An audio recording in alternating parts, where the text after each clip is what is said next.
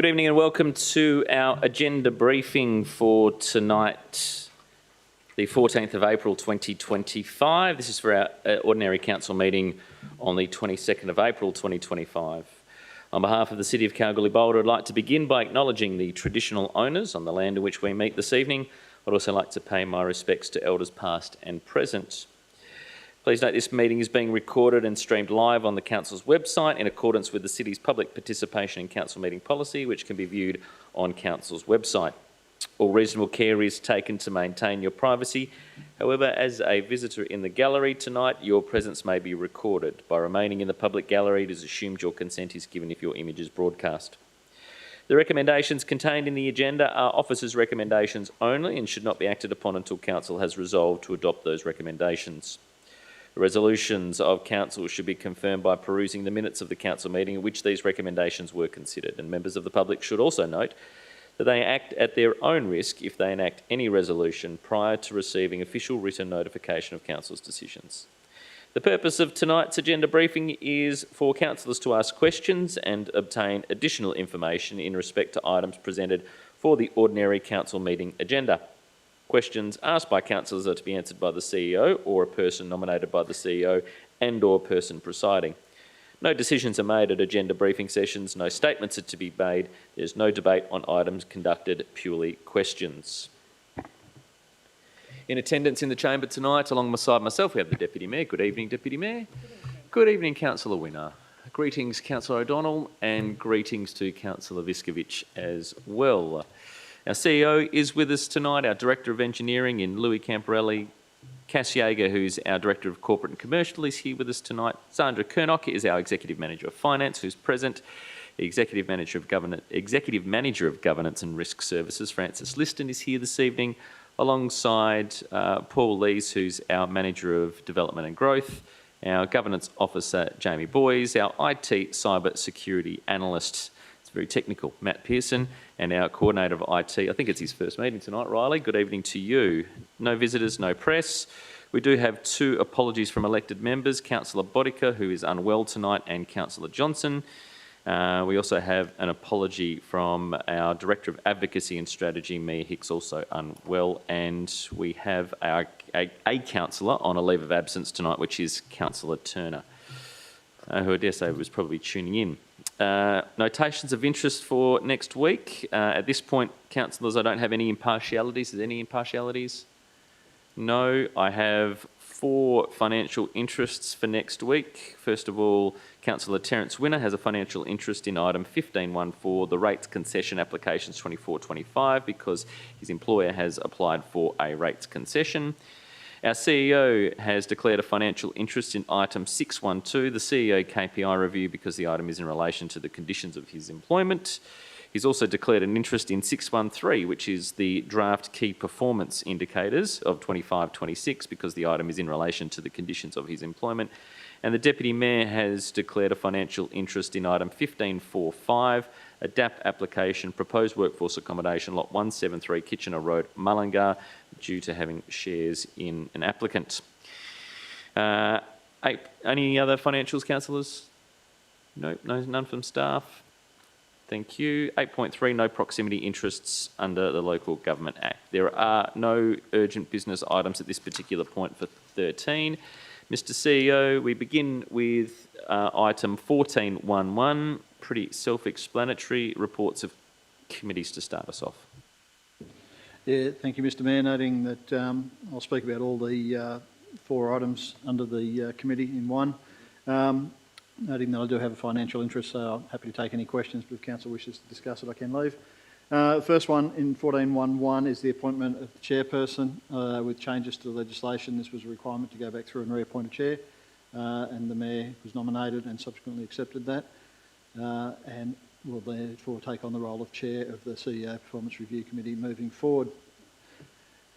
In relation to the CEO KPI review, it was an updated report providing a status report on performance against each of the KPIs over the financial year to date. And a number of questions were raised and answered at the committee in relation to that. 1413 is in relation to proposed KPIs going forward for 25-26. And it's also recommended in there that we do actually undertake a workshop with all councillors. Its proposed date is the 5th of May to enable new KPIs to be developed as well as those that have been drafted for inclusion there. And the final component of that was the report on the my attendance at the Local Government Chief Officers Group, which I provided a report on the outcomes of the attendance the conference in New Zealand, which was approved last year as part of my performance review. Thank you, Mr. CEO. Noting that the attendance for your meeting involved the Deputy Mayor as an observer, Councillor O'Donnell and Councillor Viskovich alongside myself as committee, and Councillor Winner may have some questions in relation to that this evening. But first of all, Councillor, any questions on any of those 4 items? No, councillors? No? None for the CEO KPI meetings for him to leave the room? No? Thank you, Mr. CEO. Item 15, reports of officers. Mr. CEO, I'm pretty sure you'll delegate this one off to the Executive Manager of Finance, Zandra, for the Statement of Financial Activity, the Accounts Payable Report alongside a budget amendment and also rates concession applications. If you wanted to knock off all 4 at the same time, Zandra, that's up to you. I note that Councillor Winner does have a financial interest in item 15.14. He is enabled to stay in tonight because we're not casting a vote. However, when the meeting does come around, he will be required to leave the room. Zandra, over to you. Thank you, Mr. Mayor. So item 15.1.1 is the Statement of Financial Activity. So this shows that we're on track with budget, with income being 0.33% over and expenses under by 1.01%. Interest is showing a permanent variance of $150,000 due to more money being invested, therefore we're receiving more interest. Employee costs are showing a permanent variance of $576,000, higher than budget, mainly due to unbudgeted terminations. Materials and contracts and depreciation are under budget. These are due to delays in the completion of capital works and are expected to be timing variances. So all the timing variances noted within the report should be cleared by the end of the financial year. Is there any questions? Thank you, Zandra. Any questions? No. 14.1.2. So this is the accounts payable report. So it's showing a spend of 8.7 million and there is nothing significant to note. It was just a business as usual month. BAU month. Thank you, Zandra. Any questions, councillors? No, thank you. 15.1.3 is back to you for budget amendment. So this report is a budget amendment for the 2025 budget. So a formula error was identified on the mid-year budget review template. It had been missed during the preparation of the review, but identified when preparing the following month's statement of financial activity. As soon as it was identified, it was brought to the CEO's immediate attention. It's now being brought to Council's attention. So the formula error meant that the budgeted surplus was incorrectly calculated to be $248,000 as opposed to a deficit of 2.2 million. To rectify this error, savings were needed or further funding needed to be identified. City staff took this as an opportunity to review all of the 24-25 capex that had been budgeted and correct what they were aware of in regards to savings, meaning mostly rollovers to next financial year, and where additional budget was needed. The table within the report shows the savings and additional capex requested. The amendment has resulted in a revised budgeted surplus of $148,000 for 24-25. Thank you, Zandra. Any questions, councillors? Councillor O'Donnell. Thank you, Mr. Mayor. Just curious, originally, why the or how the error came up. Was that because implemented a new program? Is that what I understand? How it came about? Zandra. Through the Mayor. No, so this was human error. I can only blame myself for not spotting it. So there was just an error on the spreadsheet, and obviously we're now aware of this, and I've implemented further checks within our reporting to make sure that this doesn't happen again. Follow-up question, No problem. Councillor. Thank you. And outstanding effort by the staff to find these savings, but I did note huge savings. Golf course dam surface water capture, 1.8 million down to 100,000. Is there a reason why that dropped so dramatically? Executive Manager. So, Mr. Mayor, my understanding, and I'll look at the Director of Engineering for guidance on this one. My understanding is that the 100,000 for this financial year will be for the planning and design, as the staff have realised that it's unrealistic to have the project completed by 30 June 2025, therefore have asked for that to be included in the 25-26 budget. Roger, thank you. I had a couple more questions. Can I put them on notice? You can give them to the Executive Manager to take on notice. Like, I'll email. Or email. Okay, Yep. excellent. Thank you. No, thank you. Any further questions, councillors? Councillor Winner. Thank you. Thank you, Mr. Mayor. Just through the Mayor, just two quick questions. The first one is, so the revised budget surplus compared to where it was previously amounts to a variation of just over $63,000. Is that correct?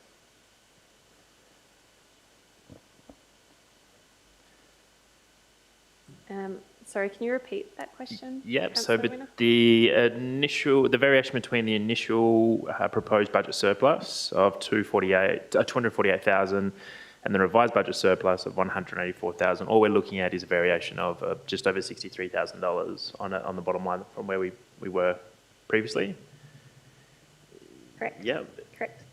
With these savings that were identified, any of these with this, sorry, let me reword that one. With the proposed savings that's been identified, has there been any impact on any council services or key projects?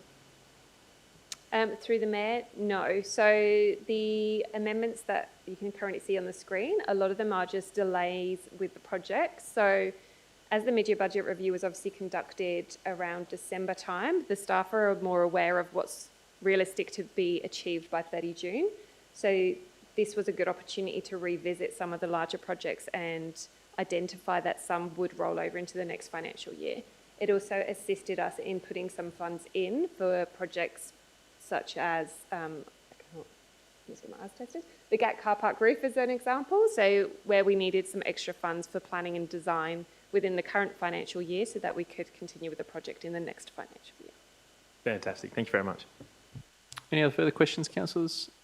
Just one from me. The budget amendments, did they have to take any election commitments into account?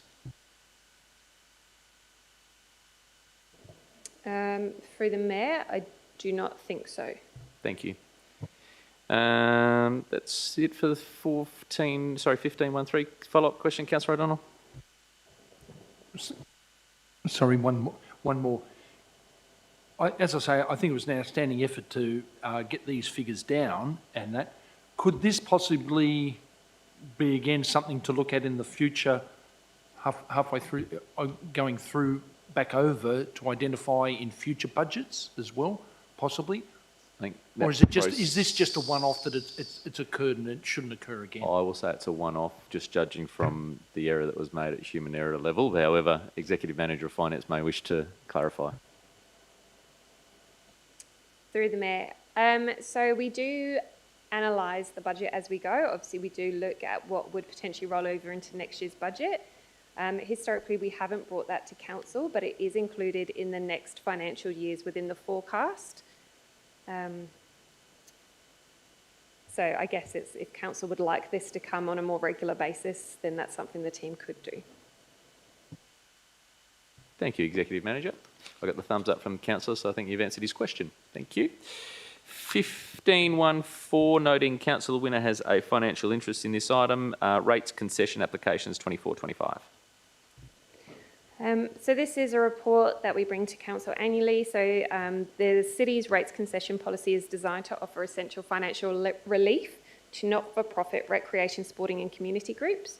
This report requests council to approve the rebates noted within the table within the report for those community groups, not-for-profit organisations, sporting groups or clubs, noting that rebates are either 50% or 100% and have been recommended in line with the adopted policy.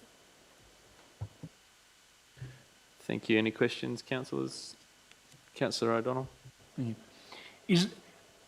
Do the prospective applicants, do they have to apply, or do we just continually give them a concession, roll it over every year? Executive Manager? Through the Mayor, the applicants need to apply. There's a form that they need to complete, which is then assessed by the Rates Department before it's passed to me to ensure that it complies with the policy, and then it comes within this report to Council for approval.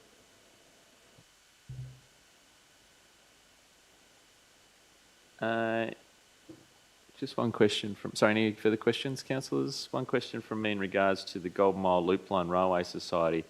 I believe that their land is state government land under a management order. Is there any technicalities or any implications from that particular piece? Happy to take that on notice. I'll take that one on notice. Thank you. I think that's the first time they've come, hence my question. Thank you, Executive Manager.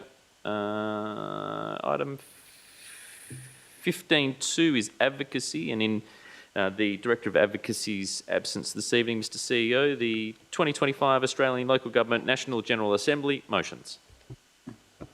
Yeah, thank you, Mr Mayor.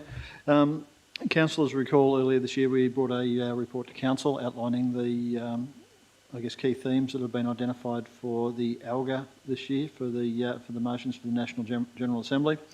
The motions that were drafted in accordance with that resolution were in line with Council's advocacy strategy and key advocacy positions. They have subsequently been submitted. We're still waiting to hear whether they've been accepted as motions for ALGA, and as soon as we get that notification, we'll provide that further update back through to Council. But happy to take any questions. Thank you, Mr CEO. Any questions, councillors? Councillor Viskovich. Thank you, Mr Mayor. I just wanted to clarify if the motions that we've got to put forward have been presented to any other councillors or councils? Through Mr Mayor, no, we haven't presented to any other councils at this point in time until they're actually identified and approved by the ALGA board. Once they are, then we'll start lobbying other councils for support. Thank you, Councillor Viskovich. Any further questions? No. Thank you, councillors. Item 15.3. Cass Yague is our Director of Corporate and Commercial. Expressions of interest, Goldfields Oasis Cafe.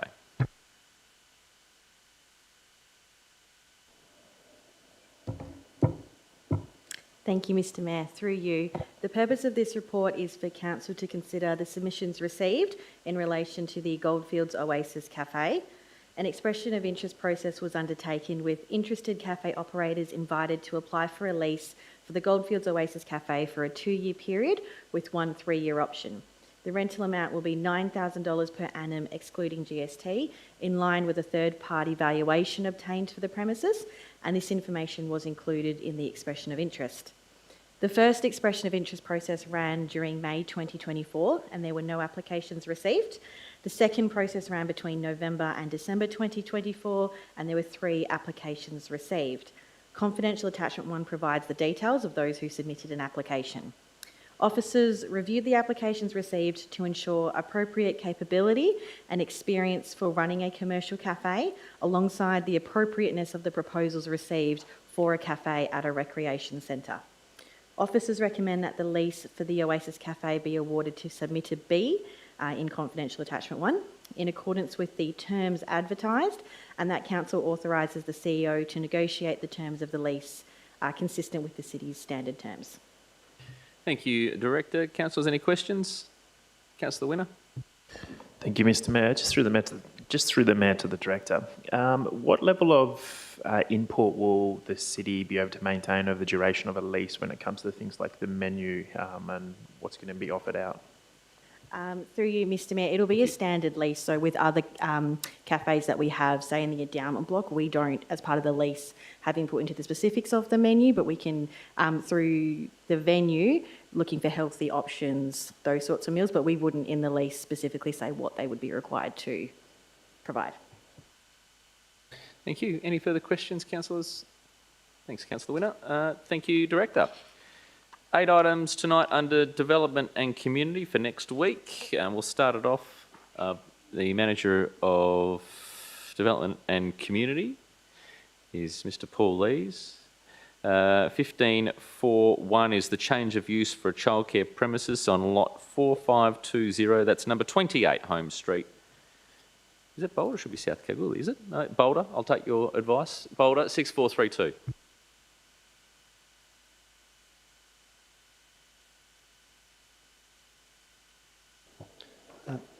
Thank you, Mr Mayor, and through yourself. Council is asked to approve an application for a change of use from a fitness centre to a childcare centre for 100 children, 13 staff, 20 at Holmes Street. The building has its principal frontage to Lionel Street, also fronts Holmes Street. The rear of the site is fenced. The proposal is to refurbish the single-storey building for the proposed use and to permanently close the gym, pool and spa area. The site currently has a car parking on three sides of the building. However, the rear, which is the eastern area, will be fenced off and converted into children's play area. The proposal retains 38 car parks and an Acrod park. The local planning scheme requires 23. A new fence will be constructed on the western boundary to assist in attenuating the noise from the play area to acceptable level for neighbours.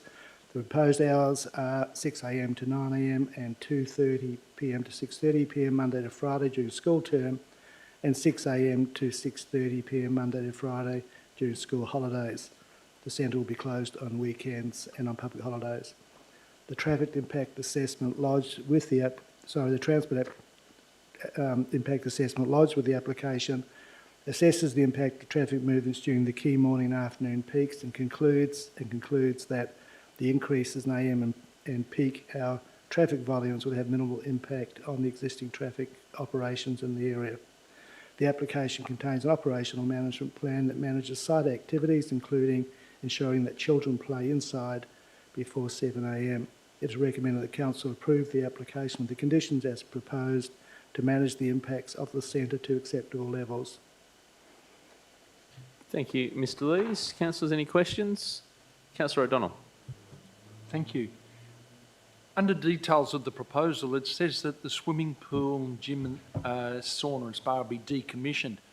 Does that mean the swimming pool will be drained should any of the little kids, for some reason, a door is left open and gain access? Through the Mayor.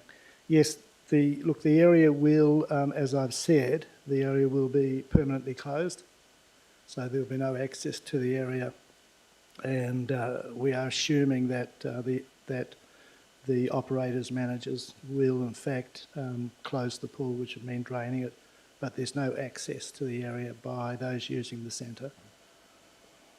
Thank you, Councillor O'Donnell. Further question? Yes, one further. Under details of the proposal, it says they're only going to operate weekdays between 6 and 9 and 2:30 and 6. So I take it that it's going to be a drop-off and pick-up before and after school. Most childcare centres are open all day. What happens if they start having kids still stay there for during the day, Monday to Friday? What procedures are in place to prevent this from happening? Manager. Through you, Mr Mayor. The application is for the hours proposed. Should they wish to change the proposal, they would in fact have to come back to the city and seek an amendment to the application for approval. Thank you, Councillor O'Donnell. Further questions? Councillor Winner. Thank you, Mr Mayor. Just following on from Councillor Donald's question, I had a similar opinion that it appears more occasional care as opposed to long day care. Is it easy enough, because my concern remains the same, is it easy enough to retrospectively seek a application to move to a long day care? And if it was successful, would what is proposed in the application be sufficient to allow that? Or are we potentially, is this the only option that can be applied to this site at this point in time moving forward? Thanks, Councillor Winner. Manager. Through the Mayor. We assess the application before us on its merits. Yes, valid question. As I said, they'd have to come back and seek an approval. At this stage, this is what they want. Obviously, they would have to come back with a traffic assessment and revise their acoustics in terms of their noise assessment on neighbours. I'd expect that would be fine. they'd also have to meet the staffing levels required by the state, which might be a challenge, but they could certainly come back and amend it should they wish to. At this stage, this is what they've asked for and this is what we've assessed. Councillor Winner, go ahead. CEO just communicated that item 4 picks up on the hours of operation and the limit of those at this point. Just to note. Councillor Winner, go ahead with your question. Thank you, Mr. Mayor. I just wanted to check in the event, again following on from Councillor Donald's question, in the event that those times aren't followed, is there any penalties in place from the city to ensure that those times are complied with? Manager? Through the Mayor. The hours will be made very clear in the notice of determination, if approved, and the letters that accompany that. I expect that the neighbours will be watching the centre carefully and would advise should that change, and obviously council officers, if they're going past and they notice that operating outside of those hours, they would again notify the centre that they needed to comply with the conditions. Should they want to continue, they could lodge an amendment to the application.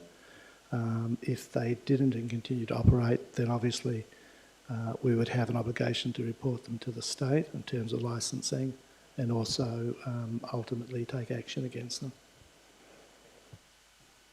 Councillor Viskovich. Thanks, Councillor Winner. Councillor Viskovich. Thank you, Mr. Mayor. I'd just like to check if we are aware that if the city-run training in the childcare has had anything to do with helping this centre open? Thank you. Councillor Mayor, Viskovich. I would have to take that on notice. I can't answer that. Thank you. Any further questions, councillors? Just one clarification from me for the manager, and it comes around point 4, point B, during school holidays. Noting that parents who may find themselves having pupil-free days may want to put their children into care at the same time. Is that included under the term of school holidays? Probably a really long question. Feel free to take this one on notice for you, manager. I'm trying to look for the flexibility that those parents can have for that. Otherwise, it's the school holidays as determined by the state. Answer to your question, Mr. Mayor,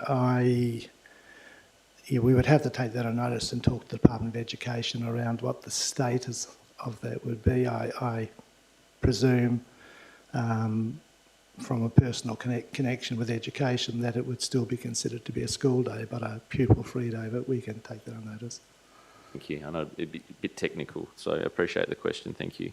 Item 15.4.2, change of use, holiday house, lot 86, number 31 Smythe Drive in Broadwood. Thank you, Mr. Mayor, and through yourself. Council has asked to approve an application for change of use from a single house to holiday house, 31 Smythe Drive. The application is not retrospective.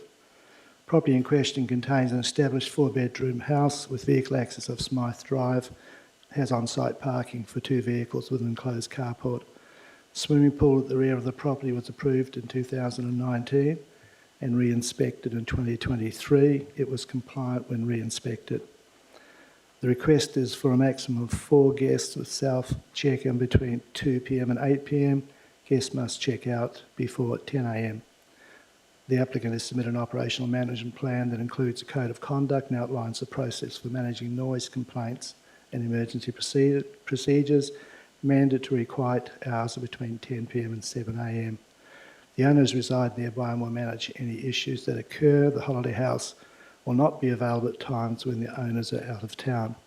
It is recommended that Council approve the application with the conditions as proposed, including compliance with the operational management plan and limiting the approval of 12 months to ensure that the activity does not result in nuisance impacts on neighbours. Thank you, Manager. Any questions, councillors, on 15.4.2? Deputy Mayor? Thank you. Just through to the Director. My question is probably around the fact that there's a pool in this property and the last inspection was conducted in 2023. Is there a need with this change of use for a further pool inspection prior to the, I suppose, retrospective approval of this condition? Thank you, Deputy Mayor. Manager? Through the Mayor, there's no trigger under the Planning and Development Act that would require us to reconsider it, and the 4-year requirement to inspect under the building code would not trigger that either. Yes, it is a change of use. However, it's still having people residing in the property using the pool, not dissimilar to, I suppose, a rental property changing hands to another group of tenants. But there's nothing directly that would result in us having the powers to go in there and inspect it. Council had concerns. We could obviously contact them and ask if we could access it, just as a belts and braces approach. Thank you, Manager. Thank you, Deputy Mayor. Councillor O'Donnell. Supplemental, continuing on from the Deputy Mayor, would it not be prudent when somebody's applying for an application or something and they have a swimming pool at site, that ask the owner, the applicant, to then, so that then inspect the pool so that then that's more current, especially in light of we've been hearing how our officers have trouble contacting owners. If the applicant's contacting us, that's a very good time to say, hey, no problem at all. Hey, while we're there, any chance we can inspect the pool? And if they say no, oh, okay, all right, you can leave it at that. But I just think this is a good time when anybody applies for anything through the council or the city where inspections have to be conducted or anything, we could do the inspection of the pool as well. So your question is? The question, what, yes. Can in the future we consider this item moving forward? Exactly. Thank you. And your answer is potentially. Thank you. Any further questions? Councillor Viskovich. Thank you, Mr. Mayor. I just wanted to confirm if we were still working on a new policy for holiday house or short stay changes. I think there was a new policy being created. Is that correct? Thank you, Councillor Viskovich. Manager. Through the Mayor, what we're obliged to do is to undertake a city-led scheme amendment which will better define the use as short-term rental accommodation. And within that amendment, we can put obviously it'll come to council as a draft. We will brief you on it during its preparation, and it has been commenced. And we can consider input. We will consider input from council, and we'll also have a look at how that's been done in other schemes, and align it with what the state's intentions are. So it's a reasonable body of work and has been begun, and it needs to go through the normal scheme amendment process. So actually we'll include the definition in the scheme, and there can be controls should council wish to do so. Within limits, because ultimately the state or the commission has to approve it. So when they approve it, they will align it with other scheme amendments that have been successful and consider it against those. And another one, Councillor Viskovich. Thank you, Mr. Mayor. So confirming we can have our own policies on this type of house within the scheme. Yes, through the Mayor. Within limits, there can be, within the scheme amendment and an associated policy, there can be, if I can put it, Kalgoorlie-centric matters that could be considered within limits, and obviously they would not be able to go outside of the constraints of the Planning and Development Act and the regulations. Councillor Viskovich. Thank you, Mr Mayor. Thank you, Manager.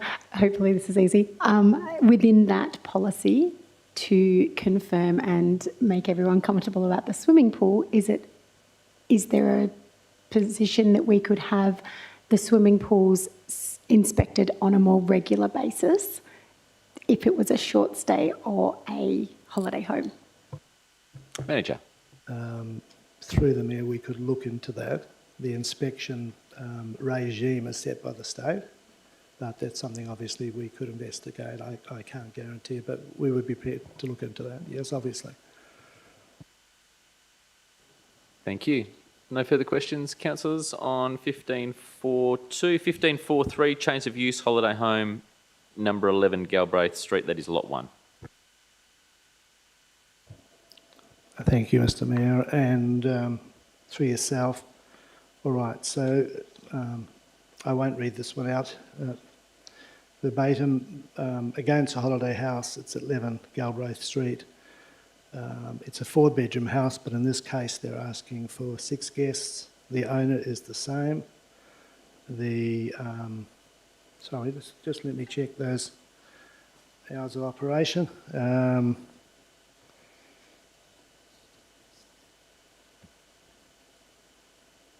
Yep, the hours of operation are the same, and the operational management plan is the same. Again, they're saying that there's no pool this time. Again, they're saying that they won't allow people to stay there when they're out of town, and the conditions are the same. No swimming pool. Thank you, Manager. Any further questions to that one, councillors? No, thank you. Item 15.4.4 is the disposal of land, 1 Trasimeno Way in Somerville. Councillor Viskovich, you'll be declaring a financial interest in this one? Thank you. Okay, we haven't got that presented, but to note, Councillor Viskovich will be declaring a financial in 15.4.4. Manager. Thank you, Mr Mayor, and through yourself. So Council has asked to agree to the disposal of 1 Trasimeno Way, parcel of land of 3,916 metres squared in Somerville, by way of a direct sale to Australia Homes for the value of $490,000. This was the market value GST to be confirmed. Council considered commencing the notification process for the sale of the property on 27th of April 25, the Ordinary Council meeting, and resolved to proceed with formal notice of the disposal in line with Section 350 of the Local Government Act, with the exemption that the notification period be extended to 28 days. That's twice the minimum days. The proposed disposal was advertised accordingly, and the City received no submissions. Council is now asked to agree to the disposal to Australia Homes or their agent for the sum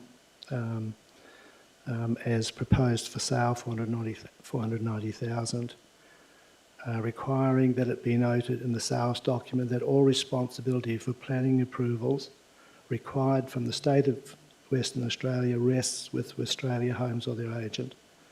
It is recommended that Council approve the land sale in line with the Officer's recommendation. Thank you, Manager of Development and Growth. Councillors, any questions? Councillor O'Donnell. Thank you. 490,000. That does appear very cheap in the overall scheme of things. 18 blocks, averaging around $27,000 per house, and costs you around $100,000, $150,000 just for a block of land in Boulder, and continuing up to Hannon's might even be up to the 190,000 mark. It just seems very cheap. Is that a value? Is that a valuation of the land?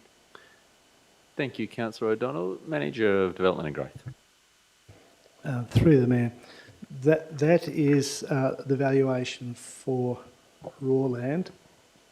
The proposal to purchase has a concept plan that under the zoning, the R40 zoning, could permit the development of 18 plus parcels, remembering, of course, they must go through the structure planning process to do that, so there's costs associated with that, which can be considerable, and the process is extensive. And ultimately, the structure plan must be approved by the WA Planning Commission.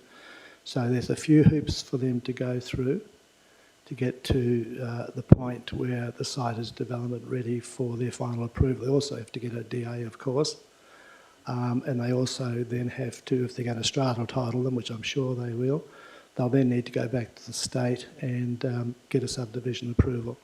So there's a significant amount of work to be done to develop the site. From a city perspective, with the R40 rating, obviously we would want to see a higher density on that block because of its proximity to the city and surrounding areas, and to get efficient development of the site. But yes, it's quite a process to go through. Thank you, Manager. Just noting also for you, Councillor O'Donnell, the confidential attachment, item 1.3 of the 1.2 of the confidential attachment also explains a little bit more for you as well. Thank you. Councillor Winner. Thank you, Mr Mayor. Just to reword Councillor O'Donnell's question, was the land valued by an independent valuer? Yes, absolutely. Thank you very much. The second question I have, is there capacity potentially built into the sale agreement an option for the city to buy back the land in the event that there is a failure to develop within a set time frame? Thanks, Councillor Winner. Executive Manager, or Manager, sorry. Through the Mayor. Yes, look, obviously that's not part of the recommendation. However, yes, that could be put in as part of the determination. Absolutely. Thank you. And finally, is there capacity, and this one might be through to the CEO, is there capacity to negotiate on whether the sale figure is received as a cash or asset value? Mr CEO, good question, Councillor Winner. Yeah, thank you. Through the Mayor. It would just be a standard purchase, so it'd be cash back to Council. Council could consider acquiring some parcels of land if we wanted to keep it for ourselves. There's an alternate arrangement in there. However, at this stage it is proposed as a simple transaction for them to purchase outright. Thank you, Councillor Winner. Thank you, Mr CEO. Any further questions, councillors, on 15.4.4? No. 15.4.5, DAP application, proposed workforce accommodation on lot 173 Kitchener Road in Mullingar. Back to you, Manager of Development and Growth.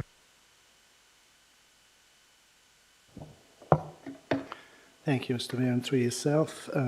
Council is asked to endorse the Responsible Authority report and the Office's recommendation relating to the application lodged by Planning Solutions on behalf of Northern Star Resources, seeking approval for an 800-bed workforce accommodation development with an approval life of 10 years. The 12.5 hectare parcel of land is located 2.7 kilometres north of the Kalgoorlie town centre.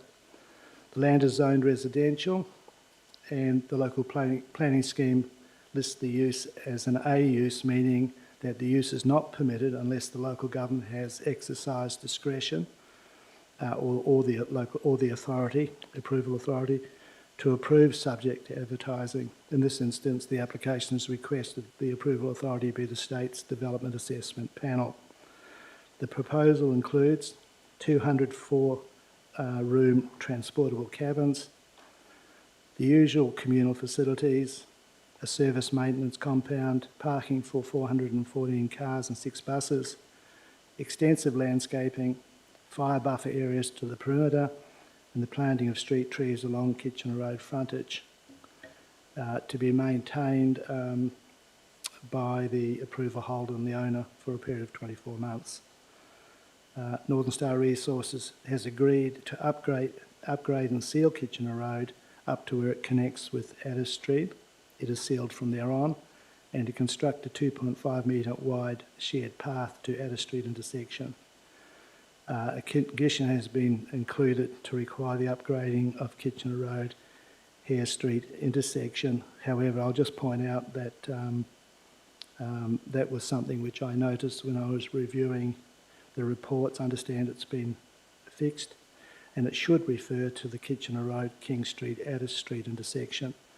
This intersection has quite wide road reserves, but there's obviously the fact it hasn't been upgraded for a long time. There is an element of confusion in how it would operate, and obviously with Kitchener Road being upgraded, it will change to somewhat the configuration of how that works, and we would then, we've included a condition that basically says that it be upgraded to the satisfaction of the city, and that might well be just line marking and signage.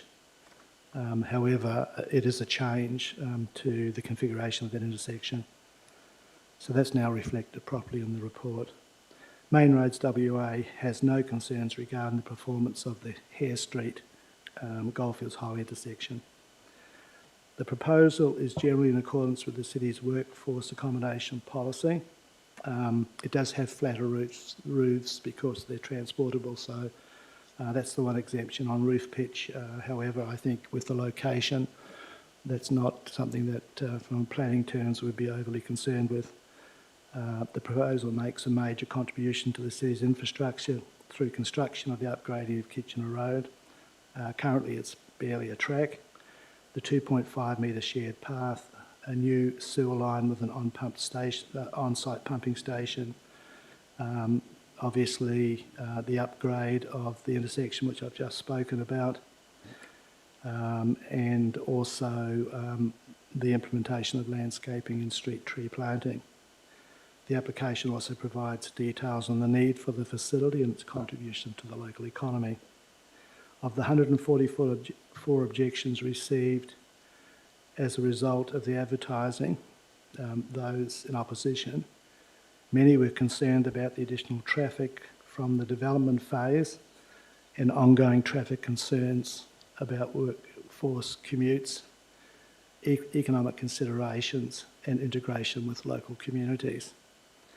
The city had the transport impact assessment peer reviewed, and it was concluded that Kitchener Road and Hare Street have sufficient capacity to accommodate the traffic and perform in accordance with the WA Planning Commission guidelines.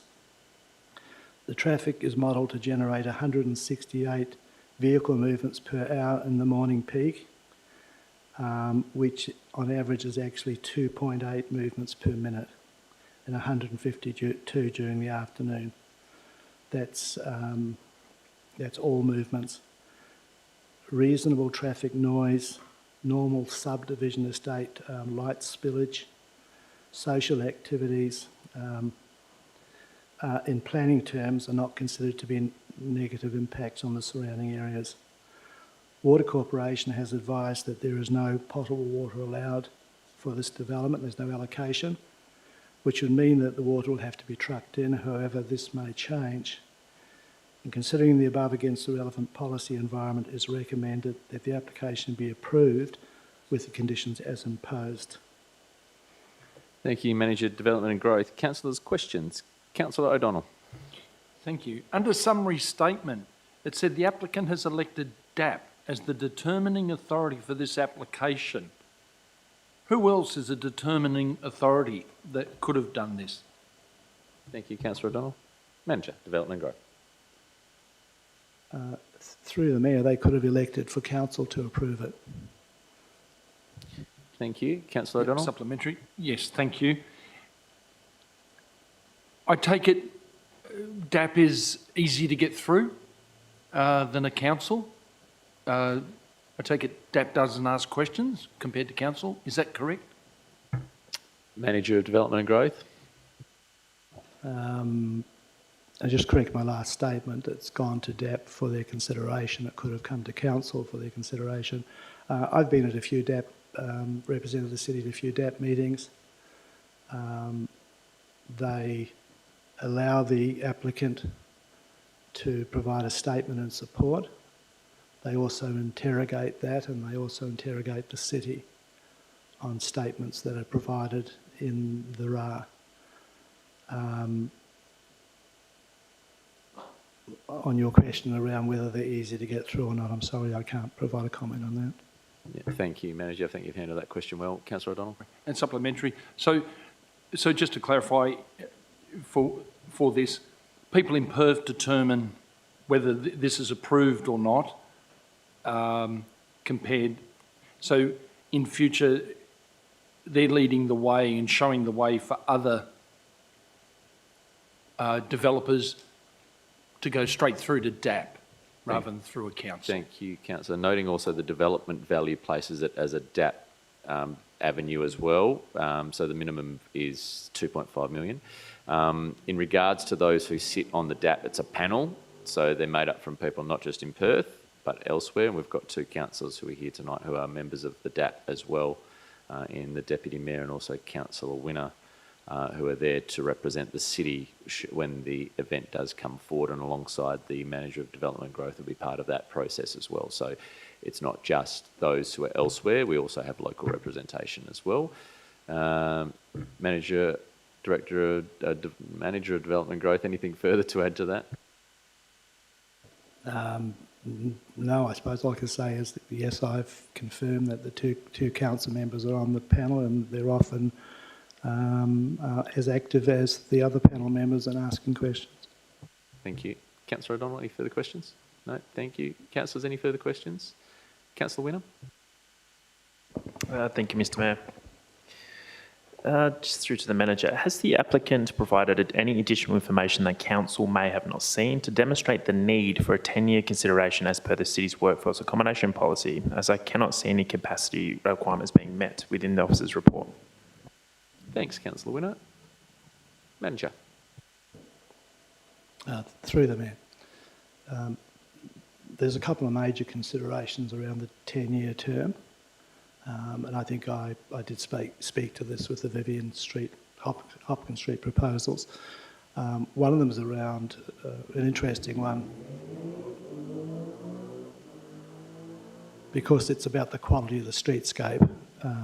We have no streetscape environment with this site, but I will point out that there are several subdivision development approvals for the site, and it's residential land. So if this was not to go ahead, certainly something else would go ahead, and Kitchener Road would become, through the development process, I hope, it would become a new streetscape with an unusual streetscape environment. The other one is the quality of the development, and I think they've demonstrated that they're putting significant quality into the development. And the third key point is their demonstration of the need for it. And I think the application is quite robust in terms of their expansion to their gold activities and the importance of that to the city, and the need for this accommodation. Thank you, Manager. However, the workforce accommodation policy also does say within capacity that it needs to be demonstrated in regards to the community, not in regards to the business themselves. So has any additional work or report been submitted by the applicant in regards to community capacity to be able to accommodate the need for the workforce they're acquiring at their different stages? Through the Mayor, they have made a comment in there about the impact that it would have on rental accommodation if they took up all the rental houses that were available in the city. They've also made comments around the economic, positive economic contribution to the city. They haven't gone into detail around knocking on doors and determining what accommodation is available. Thank you. And Mr. Mayor, one final, if I may. Yeah, go ahead. Thank you, Mr. Mayor. And finally, the city spends a significant amount of funds on roads each year, and I was surprised to read in the report that an 800-person camp would have acceptable impact on traffic and the local road network. Is the Director able to explain how this decision was reached, including the fact that there will be a need for trucks to deliver water potentially daily, and how this would have an acceptable impact on our traffic and local road networks? Thank you, Councillor Winner. Manager. Through the Mayor, I missed the first part of that because you weren't talking straight into your mic, but that's okay. Please ask me a supplementary if I've missed it. Water Corporation has advised me that while they haven't got an allocation, there are other allocations that have been taken up. So there is always the opportunity for that to happen. They don't seem to be overly worried about it. They've also advised me that there's quite a distance that they have to travel to fill a tanker. And they advised me that one tanker would do it now. From my calculations, a tanker is about 33,000 litres. Even if it was 2 or 3 tankers per day, it's still not going to add significantly to the traffic load resulting from it. Comfortable with that, Councillor Winner? Yep, thank you. Any further questions, councillors? A couple from me, please. Take this first couple on notice, if you like. You won't have those figures in front of you. Can you please provide us with what has been approved for accommodation purposes that has not been developed yet? Yes, Mr Mayor, we do have that somewhere and I can get that to you formally. Thank you. Can you also advise how many properties in Williamstown have been demolished at this point in time? In response, Mr Mayor, we have some information on that, and if we don't, we can ask. Yep, thank you. Can you also please provide further to Councillor Winner's information tonight? On what basis did officers analyse the need via the workforce accommodation policy? The attachment for the RA, which is not a confidential attachment, only has short stay accommodation or rentals identified. It does not hold any weight in current accommodation provisions for the city or for the applicant.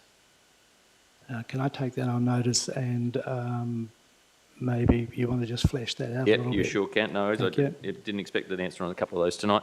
And one more, just confirming this property will be connected to our sewer network and that all of the waste from the facility will be going via our sewer network. Yes, Mr Mayor, as I mentioned, they will need a pump station which is proposed to be on site to get, obviously, their gravity falls not quite enough, but that'll be all to the approval of the city. Thank you. Councillor Winner. Thank you, Mr Mayor. Just follow up on the Mayor's question. Any cost associated with that is at the applicant's cost, not the city's cost. Is that correct? Through the Mayor, yes, absolutely. No other further questions, councillors? No, thank you. Item 15.4.6, development application warehouse storage, 13 Percy Road, West Kalgoorlie. Broadwood, my apologies. Thank you, Mr Mayor, and through yourself. Council is asked to approve a development application requesting the storage of mining equipment and machinery at 13 Percy Road, Broadwood. The Emeco Group, who are Australia's largest maintenance and component rebuild services provider, are seeking the use of approximately 50 hectares of land owned by the Goldfields Motorcycle Club.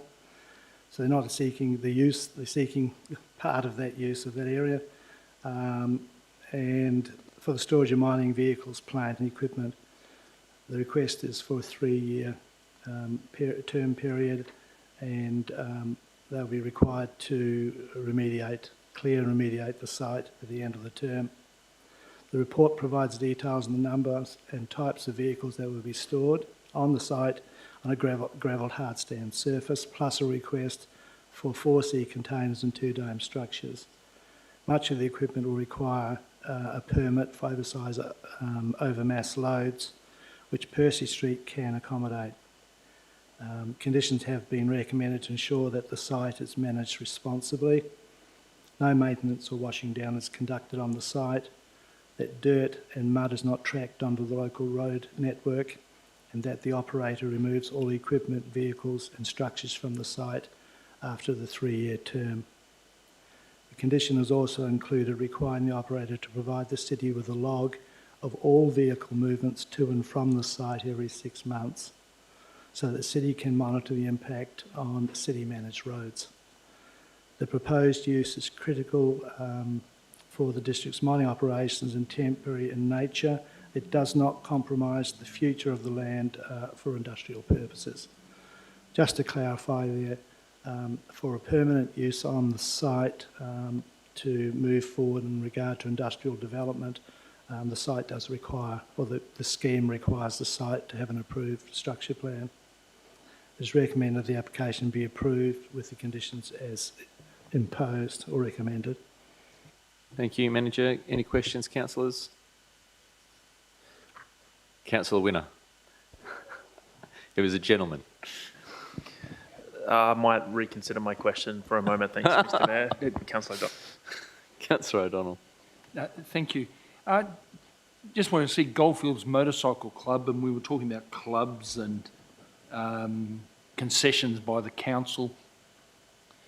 This seems a major money-making venture for the owner, which they're entitled to.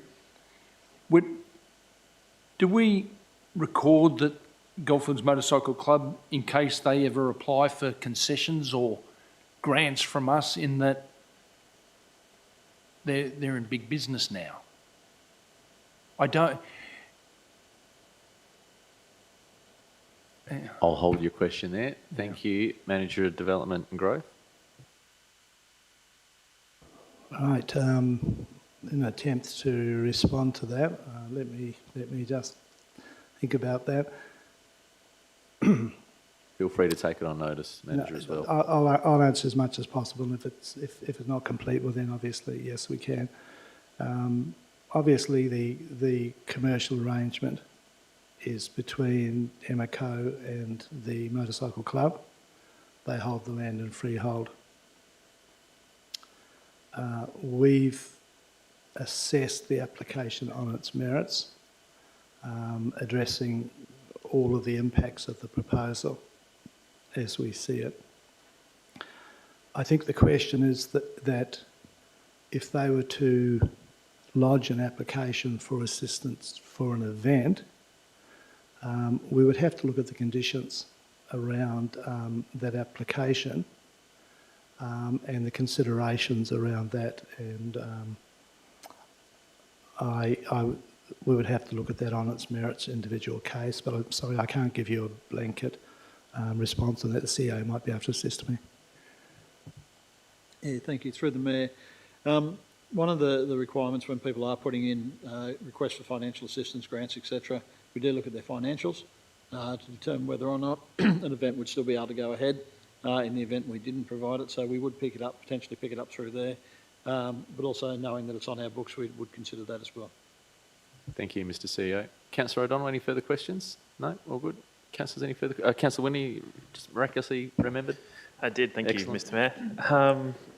Just through the mayor to the manager, given the city is finalising its policy around dome and similar structures, would this application be deemed compliant under that current policy? Is there any capacity for this application to be assessed against that policy?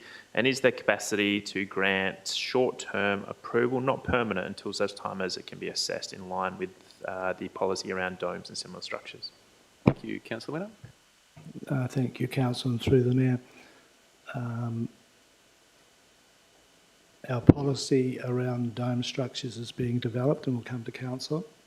I recall at the briefing that the Council direction was that for industrial sites that there be no limitation on the number, and while this isn't actually, it's future industrial, it's not industrial zoned land. If you look in the scheme, there's not a whole list of uses because it hasn't gone through a structure plan, but we have obviously consider it broadly as industrial land.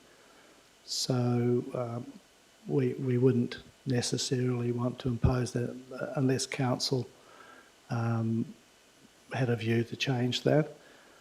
Also, we cannot assess it against a policy which hasn't been developed or been advertised. So we can't consider that. It's a very large piece of land. It'll have on it very large pieces of equipment, and we don't see an issue with those buildings. Thank you, Manager. Thank you, Councillor Winner. Councillor Viskovich. Thank you, Mr Mayor. Through to the Manager. Great job on the conditions. I think that there's been a lot of thought put into those conditions. Being that there's not neighbours around this block, how are we going to monitor that these conditions are being met, especially the water runoff?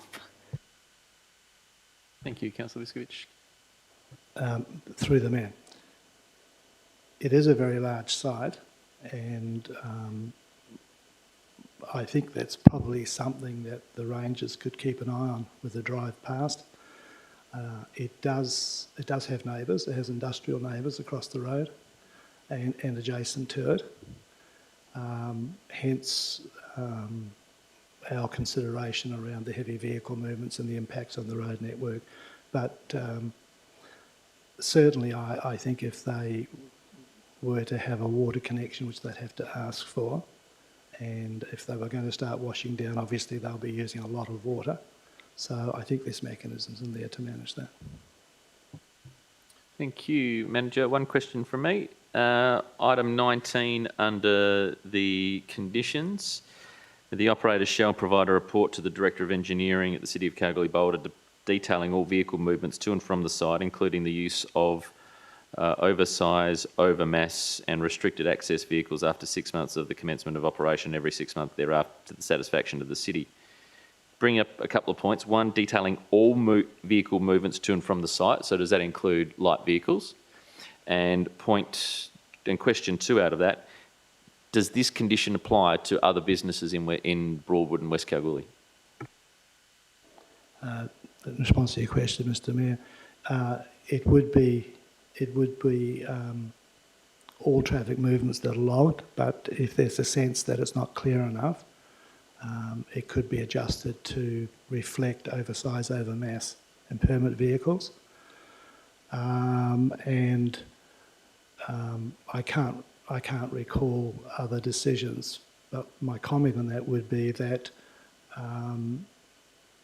this is a lot of heavy vehicles that are going to be moved on and off the site, and it was important for the city to have some idea of the level of movements and the impacts on the surrounding road network. Thank you. And a follow-up to that question. So there's other workshops in the area in Broadwood who also receive those that style of machinery, which is a large-scale machinery. At the moment, they do not need to give the city any details on that. Is that correct? Yes, that's correct. Yes, they receive them for obviously loading, unloading and maintenance. Thank you. Any further questions, Councillors? Councillor O'Donnell? Yes, supplementary. I thoroughly agree with that comment. I missed that. You're not here to agree with it. You're here to ask the questions. All right. Did I agree with your comments? Yes, I did. To the Manager, can we withdraw that condition of monitoring every vehicle coming in and out of that business? Because I agree, there's so many in West Kalgoorlie that have lots of big vehicles going in and out. Do we really need to have that? Thank you. Manager? Through the Mayor, it's Council's decision. It's a recommended condition. If Council believes it's onerous, then they can obviously decide not to include it or to clarify it. Thank you. We'll get some clarification on that one. Thank you, Manager. Any further questions?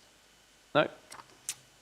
1547, RAR amendment to the approved petrol station, convenience store and showroom development, lots 50, R406, R407, R409, numbered 526 to 536, Hannon Street, Kalgoorlie. Thank you, Mr Mayor, and through yourself. Council is asked to endorse a responsible authority report and the officer recommendation regarding a DAP application for an amendment to the approved service station, convenience store and showroom on 526 to 538 Heaven Street. OTR 339 Proprietary Limited owners and approval holders are seeking to amend their approval in the following ways. Delete the showroom component of the development, increase the convenience store filling station floor area by 17 square metres, the addition of a drive-through for goods sold. Those goods are actually sold only on the premises, so it's not introducing a new fast food component.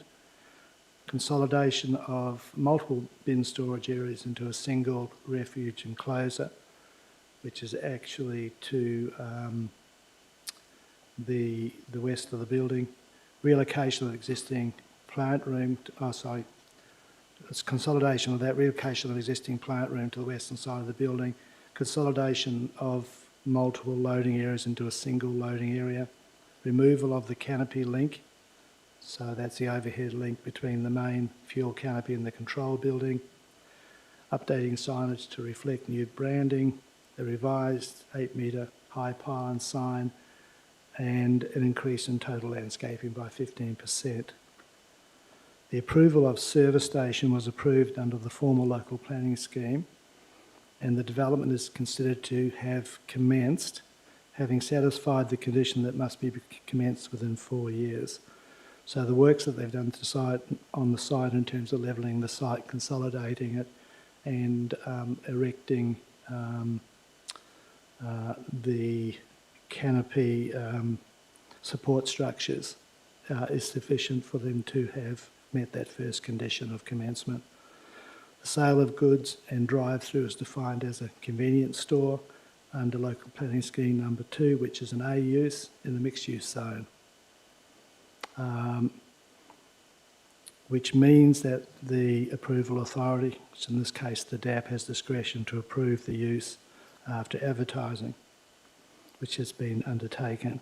The transport impact assessment calculates that the total number of trips at peak hours to be 164, which is a slight increase in the previous prediction of 143 trips. Main roads WA have no concerns with the slight increase in traffic generated by the drive-through. The report defines peak hours as 7 a.m. to 8 a.m. and 4 p.m. to 5 p.m. The city received one submission from the advertising, the content of which related to the approved development, not the amendments. It is recommended the application be approved with the conditions as imposed. Thank you, Manager. Any questions, councillors? Councillor O'Donnell? Thank you, Mr Mayor. Similar to a previous application, under summary statement, the applicant has elected DAP as the determining authority for this application. Why do you think these major developments are preferring to go through DAP instead of the council? Are we too stringent in red tape? And leading on to previous questions, do we place too many conditions on a development? The original went through DAP as well, from what I recall, just to clarify. Manager of Development and Growth? Yes, the original application went through DAP. They've lodged it on the Form 2, which means they want to take it back to DAP. On the issue of conditions, I would just refer you to the 4-storey hotel conditions, to Hopkins Street and Vivian Street in terms of the extent of conditions. And on the RAs that I have dealt with, including Amara Estate, the DAP had absolutely no issues whatsoever with the conditions as suggested, and in fact accepted all of them. Councillor O'Donnell, follow up? Yep, just the supplemental. I don't know if you're in a position to, but why do you think big developments prefer to go through DAP than the council?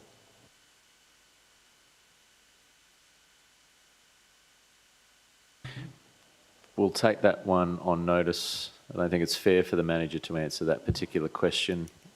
Everyone has their right to go either way, so yeah. Councillor Viskovich. Sorry, Councillor O'Donnell. Thank you, Mr Mayor. Through to the manager.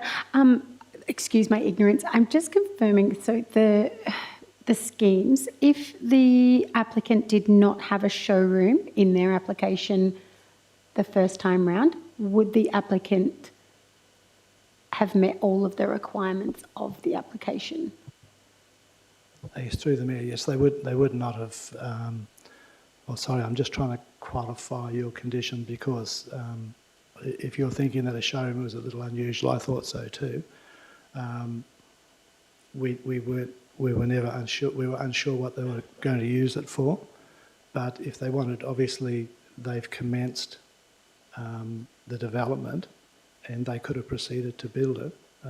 My understanding is that they've halted construction to get this through and get some certainty.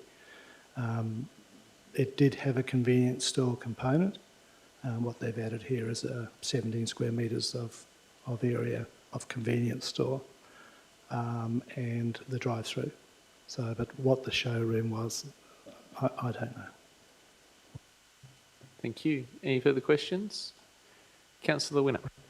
Thank you, Mr. Mayor. Just through the mayor to the manager, is there any limitations of time for completion of project now that has been deemed to have commenced with works completed?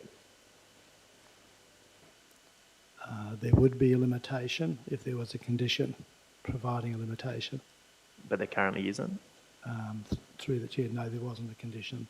It's not common to have a condition of completion, although obviously in some cases it's prudent.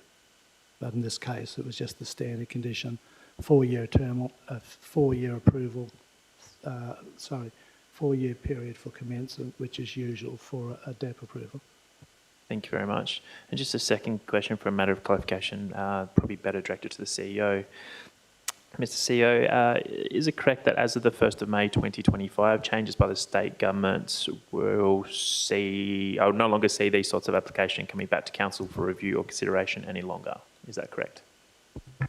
Thank you, Councillor Winner. Mr. CEO. Yeah, thank you. Through the Mayor, yes, that is correct. It's the amendment to the legislation that was put through as part of Tranche 2 of the Local Government Act reforms.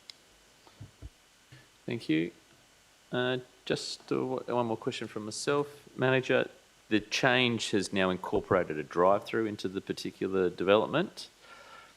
Who sets the parameters around the measurements of vehicles that go into that drive-through, noting that the drive-through seems on paper an extremely tight drive-through to negotiate for anyone wanting to head through that drive-through versus the vehicles that are often driven in the city?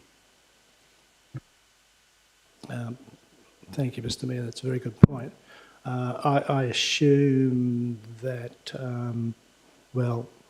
I presume they'll have a sign saying you can't take your caravan through it or your trailer, which is normal, although I have seen somebody attempting to do so. We haven't put a restriction on that, but I think obviously if vehicles are starting to cause damage and they haven't restricted it, I'm sure they will. Thank you. Any further questions? No. Thank you, Manager. One last one for you. 1548 Hart-Kerspian Key Workers Village Planning Amendment.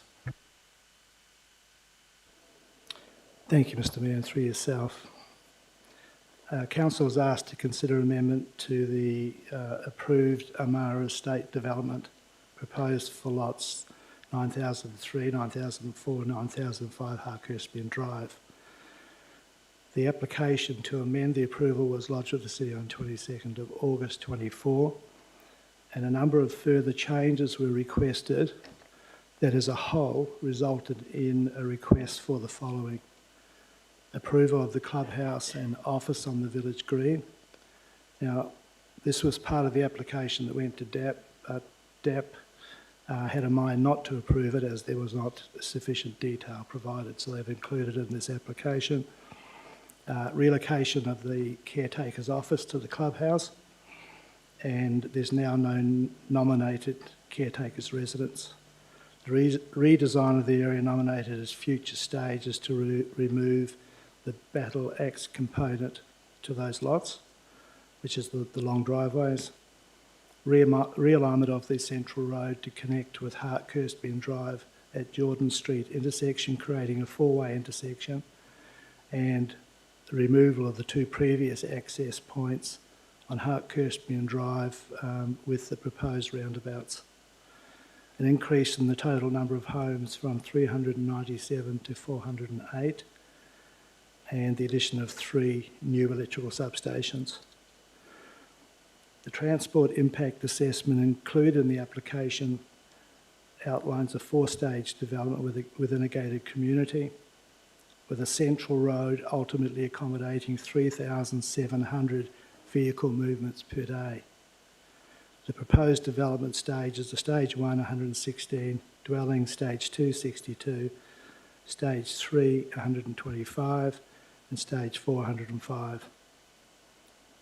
The transport impact assessment and further revisions in traffic modelling assumed that the proposed airport access road and the connection to the proposed estate will be developed at the completion of stages 1 and 2, with a traffic split of 50-50 east and west.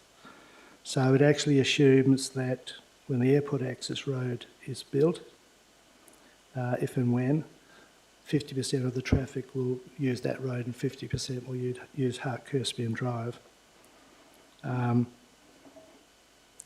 So this became most evident in the modelling of the delays on Hart-Kirstbian Drive, Jordan Street intersection, and the Hart-Kirstbian Drive, Gattaca Drive intersection. The impact of the development on traffic using the local road network became the central point of consideration, particularly in the fact that a development application cannot be approved on the basis of something that may occur in the future. In this case, the construction of the proposed airport access road.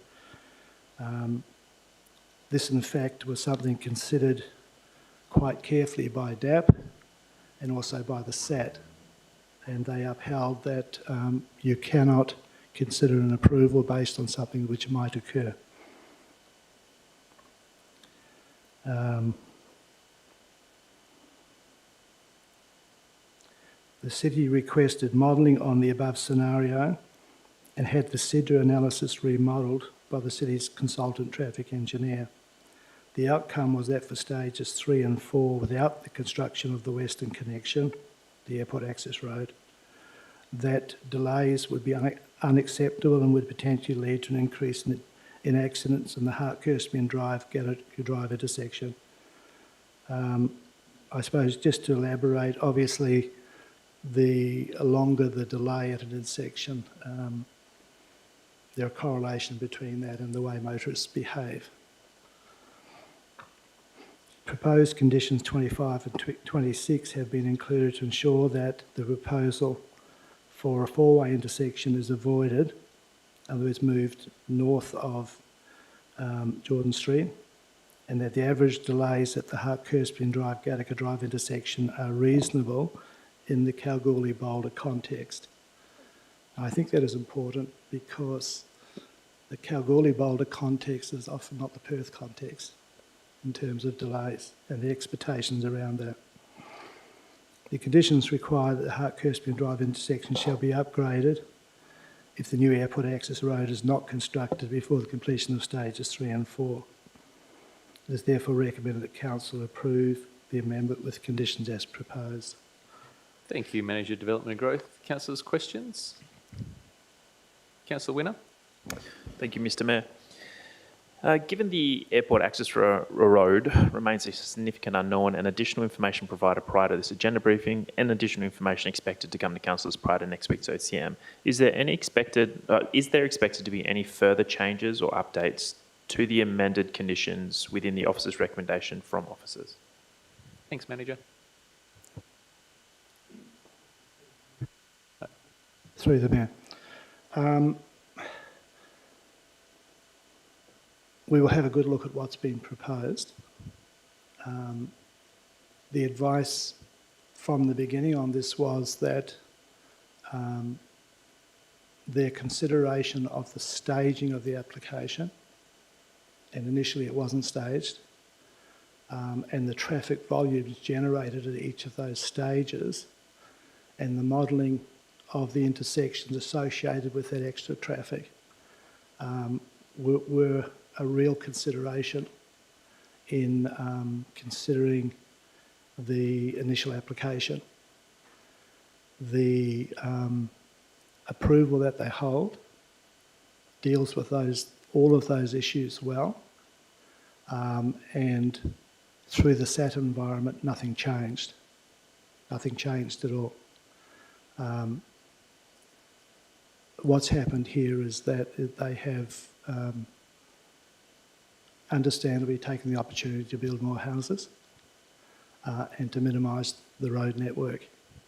And it's really important, I think, that the city has a thorough understanding that that network is not going to be compromised. Hence the reason for having the modelling peer reviewed. So yes, it's possible to write conditions that will meet all of those issues and can fall away, obviously, when the new airport access road is built. Go ahead, Councillor Winner. Thank you, Mr Mayor. Thank you, Manager, for that response. And again, I recognise there's still an if around the airport access road, and there's a fair bit of discussion still to go in that area. I note in the report, particularly under the conclusion section, that there is a assurance that delays in traffic will not exceed an average delay of more than 25 seconds by the time we reach 2038, which is the expected completion of the project. Just from my own knowledge, is that 25 seconds per vehicle? So if we had 10 vehicles lined up, it's 25 seconds per vehicle. So it does get compounded considering there's 400 odd homes being built. Through the chair, that was a recommendation from our traffic expert, and I think 90 seconds is an F, LOSF, and that's a fail.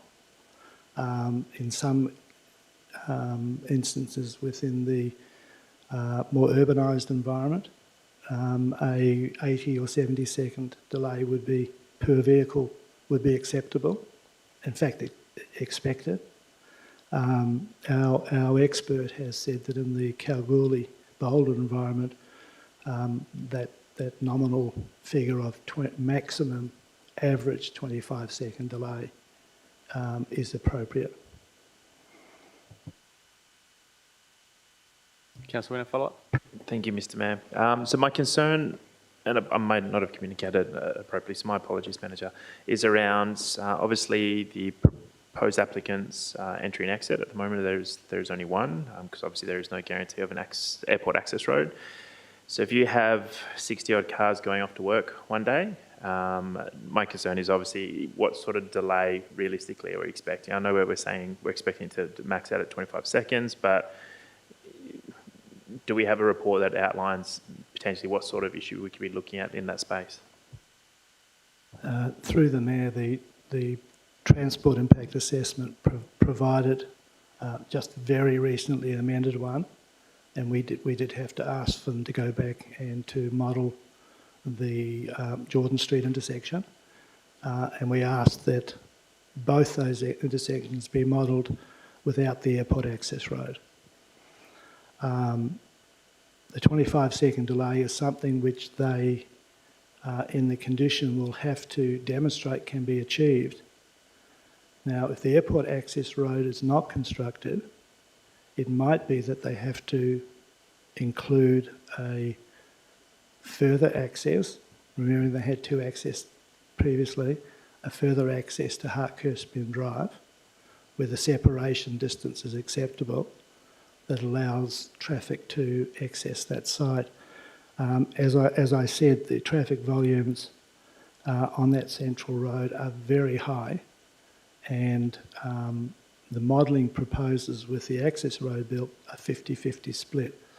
Here we have all of the vehicles entering Hartkerspin Drive. The other concern, and they did present the city with a four-way intersection with give-way signs.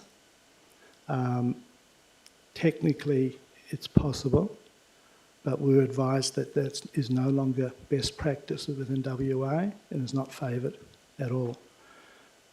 My concern with exactly the point you've raised is that coming out of the development in the morning, they actually will have priority over traffic leaving the airport, and hence the request not only to move that intersection, which, yes, I understand the implications of that away from Jordan Street, but also to look carefully at the priority of that intersection to ensure that our airport access road continues to function well. Thank you, Councillor Winner. Thank you, Manager. Councillor Viskovich. Thank you, Mr Mayor. Just for the Manager, has the size of the dwellings changed throughout the process, and was there any 4-bedroom houses in the original planning?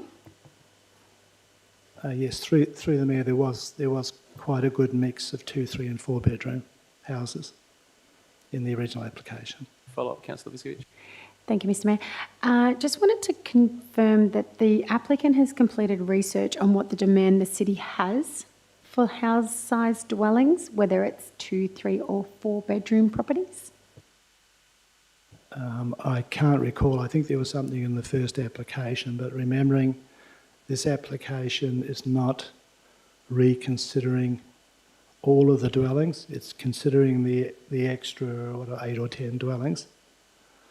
And it's principally around, other than the other things I talked about, it's around changing the traffic arrangements, access and egress arrangements.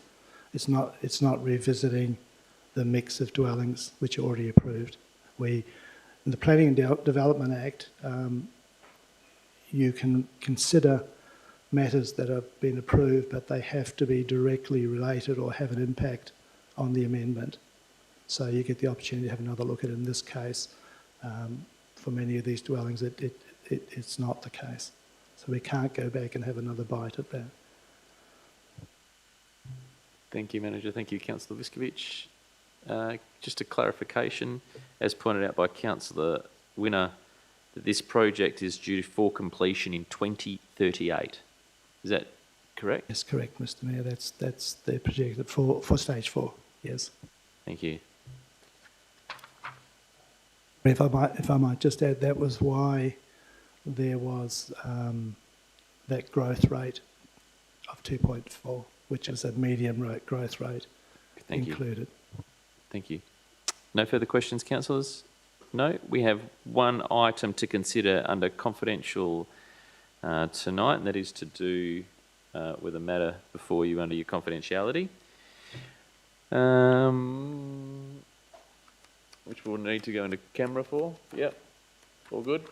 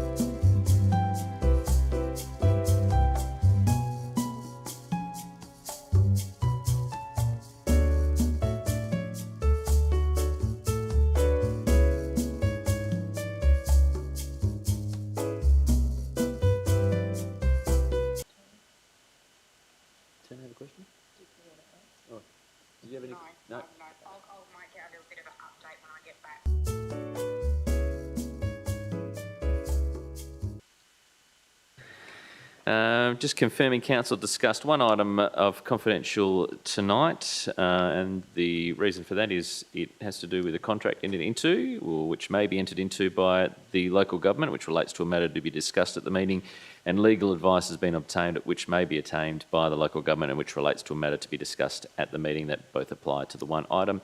Also noting that Councillor Turner did join via phone for that and confirmed that her call was with no company. And I will close tonight's agenda briefing at 7:46 p.m. We will be meeting back here at the Kalgoorlie Town Hall Tuesday, the 22nd of April 2025. Staff, thank you for tonight, and also thank you, councillors.